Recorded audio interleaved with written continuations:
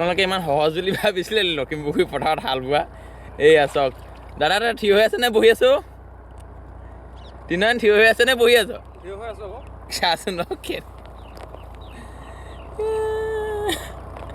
ইমান দ পথাৰ এখন মানে কেনেকৈ হাল বাব চাওক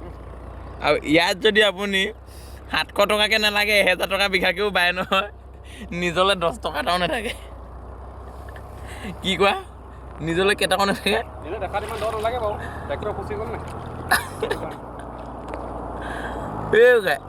কেনে চৈত্যই বাই আছে আমাৰ পাইলতে পুৰা গাড়ী 1 চকা দাং খাই গৈছে মানে অনলি 4x4 তাৰ বাদে একো উপায় নাই অনলি 4x4 তথাপিতো টানিব নোৱাৰে নে 1 চকা কেনে দাং খাই গৈছে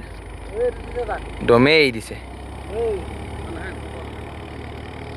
আৰু এই আমাৰ দাদাহঁতে একেবাৰে পুখুৰীত ডুব কৰি গৈ আছে চাফা কৰ ধুনীয়াকৈ হাজিৰাটো আজি ডাবল দি দিম চবকে